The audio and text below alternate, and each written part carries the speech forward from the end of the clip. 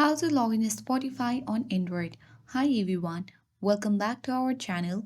This is Rose from Create Login and Delete. Without further ado, let's begin. First, launch any web browser on your device, suppose Google Chrome. Tap search bar at top of your screen and type in spotify.com. If you got the official app, you can easily launch your official application on your Android.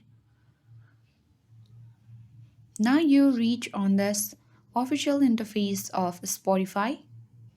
Tap the three-line icon at top right corner of your screen and tap on login option.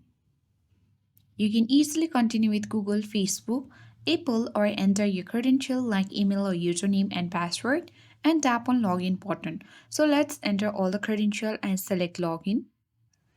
And here you can see that we have successfully logged in into our Spotify account.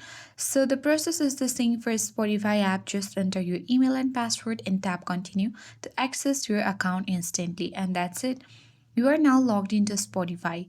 If this video was helpful, don't forget to like and subscribe to this channel for more tech and tips videos. Thanks for watching and I'll see you in the next video.